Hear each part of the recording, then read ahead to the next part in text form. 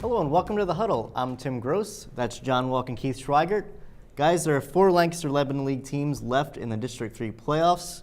We're here to talk about whether we think any of them are going to move on. So let's get right into it, starting in Class 6A, where Wilson, which defeated Central York 55-23, is going to be hosting Central Dauphin East, which won 13-7 over Red Line last week. Guys, this game's at Wilson. The Bulldogs seem to be on a roll. Do you think they'll keep going? Yeah, and Iggy Reynoso, a huge game against Central York last week. He's going to have the same performance so the Bulldogs can jump out in front and just chew clock the whole time. But these teams met a year ago in the district quarterfinal. CD East won in overtime 20-14. Yeah, Wilson lost a lot of seniors from that team, but you got to be thinking of the returners. That's in the back of their mind. Then again, a week ago, CD East went to Redline, a Redline team that went 10-0 in the regular season. First Redline team to do that in decades.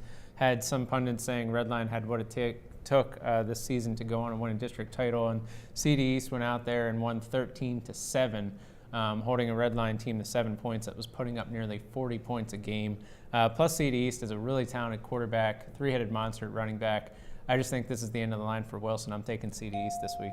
Wow. I am not, although I do tip the cap to CD East for knocking off Redline last week. I think that's more of an indictment of the York League than it is anything else. I mean, the York League pretty much went 0 for the playoffs last week. So, and Wilson, they're coming into this on a roll, 8 straight wins. The last team to beat them was top-seeded Central Dauphin. That was all the way back in week 3. They're just hitting on all cylinders on offense. It's basically the Iggy Reynoso show, but nobody stopped them yet. So yeah, I'm going to go with the favorite here. I can't see Central Dauphin East going into West Lawn and coming out with a win over Wilson. So I'm the tiebreaker, I guess. I'm going to go with Wilson as well. I think, like Keith said, they're just kind of on a roll right now. And until someone stops Reynoso, I think they just got to keep handing him the ball and see what happens.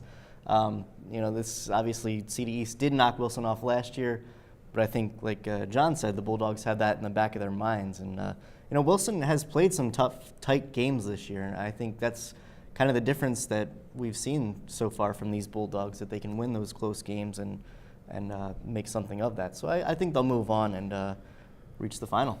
So we know we'll at least have one Lancaster Lebanon League team in the finals next week. Manheim Central is hosting Cocalico, so one of them will move on. And of course, that is a huge rivalry here in the LL League. These two teams go at it every year. It seems like they're toward the top of Section 2. They've had close games.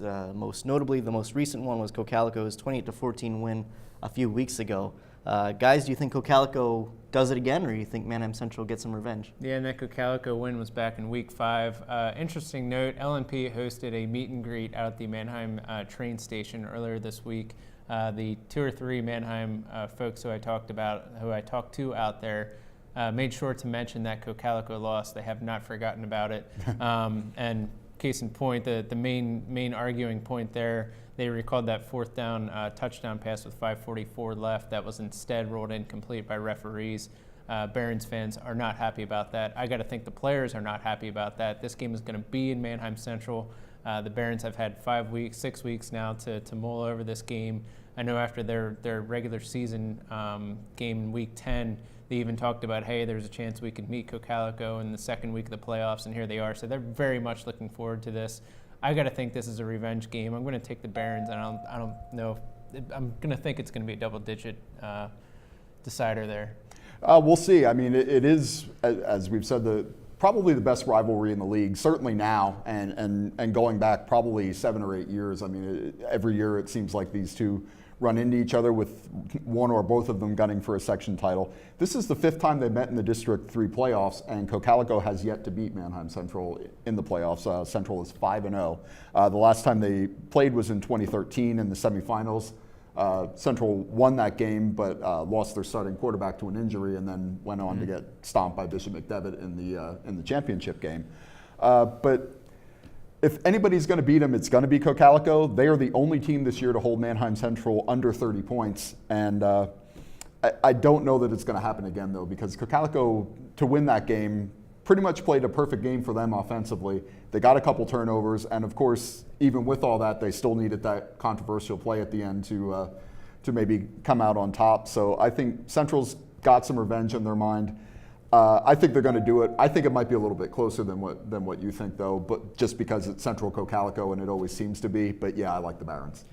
Yeah, Cocalico also racked up, I think, 411 yards of offense, and 98% of that was rushing. So I think as is the case every week with them, pretty much. I think they could do it again, but like Keith was saying, I think Manheim Central is kind of has that in the back of their minds, and it's going to be really tough for Cocalico to repeat it. They could, but I think the Barons have that motivation, which they have to make sure they kind of block that out once the game starts, because you don't want to keep feeding off of that and letting it lead to mistakes. The Barons also turned the ball over twice. I think they were pretty key turnovers too in that game that they played, and I think they've they've obviously reviewed those mistakes and gone over it and tried to correct those. I think they'll be able to win. Finally, in 4A, Lampeter-Strasburg. We talked about this a week ago about how their defense, could they hold up? Would they be in another shootout? They won 48-0 over York Suburban, and they're going up against the top seed in 4A, Berks Catholic, which has won district titles in the past. So, guys, you think Lampeter-Strasburg can keep up the role they've been on, or do you think Berks Catholic is a big roadblock for them? I think the Pioneers keep this streak or this thing rolling on through this week. And the reason I say that, you noted the defense. Oh, it's defense. That was right for us to say. They gave up an average of 31 points a game in the regular season. Then they went out and posted their first shutout of the year last year. You got to think that bodes well for defense going into this Friday, going up against a Berks Catholic team that is putting up an average of 42 points a game this season. Shout out to Chad Galdino last week. 2 interceptions on the defensive side, 2 touchdown catches on the offensive side. They're going to need that repeat performance from their defense again if they're going to have a chance. This offense for LS is going to put up points. This might be a shootout. But where I think the deciding factor for me is Berks Catholic. Traditionally, up until this PIAA expansion, they've always been a Class 2A team. They made it to the 2A District 3 title game each of the last 3 years. Basically, like they're playing up a class this week. I think it's going to catch up to them. I'm going to take LS. I don't feel great about it, but I think it's going to be Pioneers in a shootout.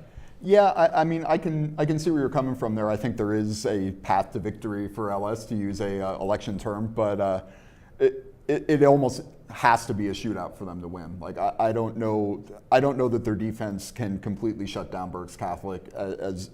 Even as you pointed out, they are kind of playing a little bit up in class.